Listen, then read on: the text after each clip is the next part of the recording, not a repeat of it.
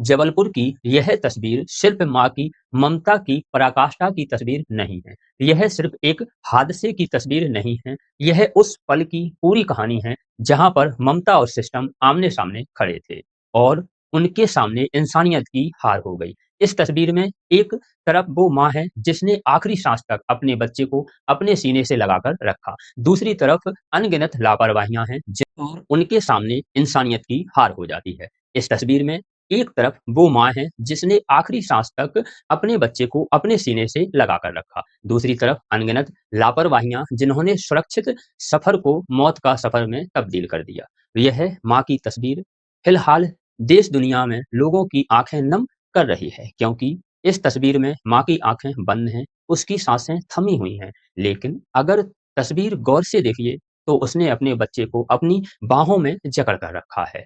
उस पकड़ को उसने कमज़ोर नहीं होने दिया। मौन हो गई माँ, माँ की ज़िंदगी चली गई लेकिन बच्चा नहीं छोड़ा। उस माँ के पास बचने का मौका था, उसके पास लाइफ़ जैकेट थी, लेकिन उसने खुद को बच्चे से अलग नहीं किया और इस बचाने में वह खुद मर गई। उसके बच्चे को भी मौत हो गई, उसके बच्चे की भी मौत हो गई और वह भी मौत की गोद में समा गई। आप सोचकर देखिए कि उस बचने की प्रक्रिया कितनी जटिल रही होगी। रहा होगा, शरीर जवाब दे रहा होगा, साँसें टूट रही होंगी, लेकिन उसने हाथ ढीले नहीं किए, अपनी पकड़ कमज़ोर नहीं की। मौत आई लेकिन वो मौत भी इस बच्चे को माँ से अलग नहीं कर पाई और इसलिए यह दृश्य सिर्फ़ दिल नहीं तोड़ता है, बल्कि हज़ारों सवाल खड़े करता है कि अगर सुरक्षा के इंतज़ाम वाक़ई पक्के होते, अगर नियम कागज़ तक सीमित ना होते, तो क्या यह तस्वीर रहती? क्या इनके जैसे जो औरतों की मौत जबलपुर में और हुई है, वो होती? और असली सवाल यहीं से शुरू होता है, क्योंकि कहानी कोई भावनात्मक कहानी नहीं है, यह चूक की परतें खोल चुकी कहानी है, जिसे हम और आप अक्सर नज़रअंदाज करते कि सुरक्षा के साधन होने का दावा किया गया था, संसाधनों के होने की बात कही गई थी, लेकिन उसके बावजूद अगर जबलपुर में यह मौतें होती हैं, तो फिर इस मौत की ज़िम्मेदार कौन है?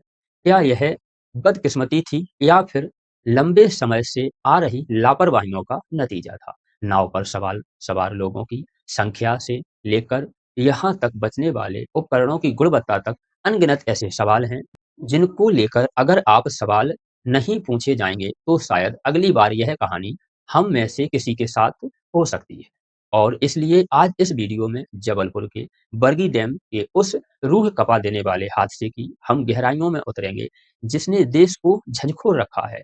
आज उस वीडियो में हम बात करेंगे कि आखिर क्या हुआ? कैसे माँ इस कैसे एक माँ जिसके पास लाइफ जैकेट थी, उसके बावजूद वो जिंदा नहीं बच पाई। प्रशासन के उन कागजी दावों का पड़ताल करेंगे जिनकी पोल इस जल समाधि ने खोल दी और आज यह वीडियो बड़ा महत्वपूर्ण हो जाता है। आप भी साथ निभाइएगा, देखकर आगे मत बढ़ाइए क्योंकि यह जो देखकर इग्नोर कर देने वाली प्रथा है उसने ही सरकारों को जवाब देने रखा है। लेकिन आज हम सवाल पूछेंगे, आप साथ दें या ना दें, यह आपकी मर्ज़ी। नमस्कार, आप देख रहे हैं आपके अपने द मॉरल एजुकेशन चैनल को। मध्य प्रदेश के जबलपुर की जो बरगी डैम में गुरुवार शाम करीब 5 बजे पर्यटन विभाग का एक क्रूज़ अचानक आई तेज़ आंधी से चलते मौत के आगोश में समा जाता है। हवा की रफ्तार 74 किलोमीटर प्रति घंटा थी, जिसे शांत पानी की लहरों को जानलेवा दीवार में तब्दील कर दिया। हादसे किनारे से महज 300 मीटर की दूरी पर हुआ, लेकिन उस चंद मीटर के फासले ने कई हंसते-खेलते परिवारों को हमेशा के लिए उजाड़ दिया। यहाँ मौजूद लोग कहते हैं कि 43 से 47 पर्यटक थे, यानी इतनी क्षमता थी जिससे कहीं ज़्यादा भीड़ बढ़ाई गई थी। बेखबर बनाया गया, बेवकूफ़ बनाया गया, लेकिन ये सब बातें लहरों के सामने थोड़ी टिकती हैं। पानी के अंदर के दृश्य भयावह थे। गोताखोरों ने रेस्क्यू ऑपरेशन शुरू किया तो कई घंटों की मशक्कत के बाद कई लाशें 9 शव जिनमें से 9 शव निकाले जा चुके हैं। संख्या और बढ़ सकती है। इन सारी संख्याओं के बीच में एक तस्वीर माँ और बच्चे के शव की आती है, जिसने देश की सबकी आँखें नम कर दी हैं, आँखों में आँसू ला दिए हैं। एसडीआरएफ कह रही है कि 28 लोगों को निकाला गया, पर लापता लोग अभी भी हैं। मातम अभी भी मच रहा है और यहीं से सवाल उठ खड़ा होता है। सवाल होता है कि इस हादसा कहाँ जाए या फिर इंसानी गलती। जो यह हादसा हुआ, क्या यह हादसा था या इंसानी गलतियों का वो नतीजा जो चेतावनी मिलने के बावजूद दोहराई गई? क्योंकि जब हवा की गति इतनी डरावनी थी, तो इतने बड़े जोखिम के बीच पर्यटकों को बीच में पानी में जाने की, पानी में उतरने की इजाज़त किसने दी? क्या यह सिर्फ लापरवाही थी? देखिए, हम और आप जब घूमने-फिरने की बात करते हैं, तो अक्सर उन जगहों पर जाते हैं, जहाँ सुरक्षा छूट जाती है और जबलपुर में यही हुआ। इस बरगी डैम का यह हादसा चीख-चीख कर कह रहा है कि सुरक्षा के नियमों का पालन सिर्फ दिखावे के लिए था। कायदे से किसी भी नाव में क्रूज़ पर लाइफ़ जैकेट का होना काफ़ी नहीं है, क्योंकि उसे सही से पहनना और किसी मुसीबत में समय वहाँ मदद का इंतज़ाम होना ज़रूरी है। लेकिन ना तो उसे बचाने वाला, और क्योंकि क्रूज़ पर क्षमता ज़्यादा लोग सवार थे। क्रूज़ की क्षमता से ज़्यादा लोग सवार थे, इसलिए माँ को एक ही जैकेट पहनने को दी गई। अलग-अलग जैकेट पहने होते तो शायद वह दोनों ज़िंदा होते। लेकिन पैसा कमाने के लालच में नावों पर भीड़ भर दी जाती है, तो संतुलन बिगड़ने का एक बड़ा कारण रहता है। 43 से 47 लोगों का एक क्रूज पर सवार होना, जबकि आधिकारिक रिकॉर्ड में संख्या कम दिखाना, यह बता रहा था कि प्रशासन की नाक के नीचे एक अलग खेल चल रहा था। अब जब वजन हद से बढ़ा, तो नाव का संतुलन डगमगा गया। 74 किलोमीटर प्रति घंटे की रफ्तार से चलने वाली हवाओं ने उसे पलट दिया। अब जांच होगी, कमेटियां बैठेंगी, फाइलों में लिख दिया जाएगा इतने मरे थे। लेकिन यह नहीं बताया जाएगा कि जो मरे वो किसी के बाप थे, किसी के बेटे थे, किसी की माँ के नूर थे, किसी की बहू थी, किसी की बीवी थी, किसी की बेटी थी। यह सब थे। यह नहीं बताया जाएगा कि वो अकेले लोग नहीं मरे हैं, उनके साथ अनगिनत दुख जो वह जिंदगी भर लोगों को दे दिए गए, वह भी मरे हैं। और यह सब किस लिए? क्योंकि सुरक्षा मानकों को माना नहीं। मुनाफा कमाने की इस दौड़ ने बरगी डैम में शांत पानी में खूनी कब्रिस्तान में तब्दील कर दिया। अब यहाँ सन्नाटा है, अपनों को खोने का गम है। लोग सवाल पूछ रहे हैं कि लाइफ जैकेट ने माँ का साथ क्यों नहीं दिया? क्योंकि तस्वीर जो है, उसमें जो आप देख रहे हैं, माँ ने लाल कलर की लाइफ जैकेट पहनी है, जिससे उसे पानी की सतह पर तैरना चाहिए। लेकिन हुआ क्या? तो यह माँ की ममता और विज्ञान के बीच एक दर्दनाक टक्कर है। लाइफ जैकेट पानी पर वैसे ही काम करती है जैसे हवा से भरा गुब्बारा, लेकिन जब ममता का बोझ और डूबते बच्चे की झटपटाहट उसे नीचे खींच रही थी, तो वह गुब्बारा पत्थर बन जाता है। बच्चे को ऊपर खींचने की कोशिश की, ताकत लगाई होगी। पानी में संघर्ष करते समय जब दो लोग एक दूसरे को पकड़ते हैं, तो तैरने की शक्ति जवाब दे देती है। अगर बच्चा डर के मारे माँ को नीचे खींच रहा था, तो लाइफ जैकेट की ताकत उसके अतिरिक्त वजन को नहीं संभाल पाई, और यहाँ पर यही हुआ। असली सवाल उन लोगों से होना चाहिए जिन्होंने एक छोटे बच्चे को बिना लाइफ जैकेट के नाव पर चढ़ा दिया। उसके पास एक्स्ट्रा लाइफ जैकेट नहीं थी, ना ही बच्चे को अलग से लाइफ जैकेट पहनाई गई। माँ बेटे को यह पहनाया गया, और यह तकनीकी खराबी नहीं थी, यह मानवीय थी जो मौत की वजह बनी। माँ की कोशिश जो मौत की वजह बना। माँ ने कोशिश की, उस कोशिश में अपनी जान भी कुर्बान कर दी।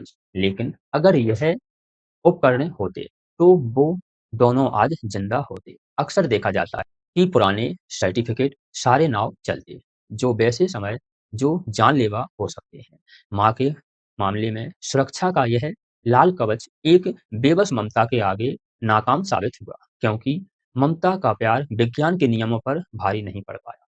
और सच कहें तो यह घटना अपने आप में यह घटना है, लेकिन ऐसी घटनाएँ और हो सकती हैं, क्योंकि नर्मदा नदी के किनारे हर साल हज़ारों लोग आते हैं, लेकिन जाँच के नाम पर वही सुविधाएँ ना के बराबर होती हैं। अब ऐसी जगह जहाँ सीधे मौत हो सकती है, वहाँ नियम साफ हो जाते हैं। मौसम की जानकारी होनी चाहिए, नाव की फिटनेस चेक होनी चाहिए, हवा की रफ्तार इतनी ज़्यादा थी, तेज़ आंधी चेतावनी होनी चाहिए। सवाल उठना चाहिए कि किसने किसने परमिशन दी? प्रशासन का अपना अलग से रोना-गाना है। हमारे पास पर्याप्त टीम नहीं है, लेकिन अब यह कौन बताएगा उस माँ-बेटे की लाश को देखकर कि इन जानों से बड़ा कुछ भी नहीं है, क्योंकि चेकिंग समय पर पैसा ले देकर सब कुछ ठीक कर दिया जाता है। आंकड़े कहते हैं कि भारत में नाव हादसों का मुख्य कारण तकनीकी खराबी से ज़्यादा इंसानी चूक और निगरानी की कमी है। और जब तक लापरवाहियां करने वालों की जिम्मेदारी नहीं होगी, आज जबलपुर में, कल हो सकता है कहीं और। क्योंकि हादसे से ज़्यादा आज जबलपुर में, कल कहीं और, परसों कहीं और, जांच एजेंसियां बैठेंगी, कागज भरे जाएंगे, लेकिन जो यह हादसा हुआ, क्या उस हादसे में जो सुरक्षा देनी थी वह सुरक्षा बढ़ाई जाएगी? क्या उन पर निगरानी रखी जाएगी कि 29 की जगह 47 लोगों को भर लिया जाता है? शहर दर शहर यह प्रक्रिया चल रही है। जबलपुर के इस हादसे ने दिखाया है कि कागजों पर चलने वाली सुरक्षा असल जिंदगी में कितनी खोखली साबित होती है। इस जगह सरकारी सिस्टम की ढलाई आम आदमी की जान पर भारी पड़ती है। किनारे से महज 300 मीटर दूरी पर गोताखोरों का ना पहुंच पाना, सही समय पर सहायता ना मिलना, लाइफ जैकेट का ना होना, यह बताता है कि जहां मामला जान का भी है, वहां हम कितने लापरवाह होते हैं। क्योंकि क्योंकि इस मौत को टाला जा सकता था जब वो नाव डगमगाई होगी, जबरदस्ती शोर मचा होगा। ऐसी स्थिति में अगर स्टाफ को सही ट्रेनिंग दी गई होती, शायद लोगों को सुरक्षित तरीके से निकाल लेते। लेकिन अक्सर नाव पर काम करने वाले लोग पेशेवर नहीं होते हैं। वो दिहाड़ी मजदूर होते हैं, जिन्हें उस माँ ने जब देखा होगा कि लेने के लिए कोई नहीं आ रहा है, कोई बचाव नहीं हो रहा है, उस माँ की ममता जागी होगी। माँ का दिल दहला होगा, खुद को खतरे में डालकर बच्चे को बचाया होगा। विज्ञान कहता है कि संकट के समय हमारा शरीर खुद को बचाने की कोशिश करता है, लेकिन माँ का शरीर बच्चे को बचाने में भी सोचता है। पूरी घटना के समय जो बीता, वो सोचकर दिल रो पड़ता है, रूह कांप जाती है। यह हादसा केवल किस्मत का नहीं, बल्कि समय पर मदद न मिलने का एक दुखद हादसा है, जिसने हंसते खेलते परिवार को पानी की गहराइयों में दफन कर दिया।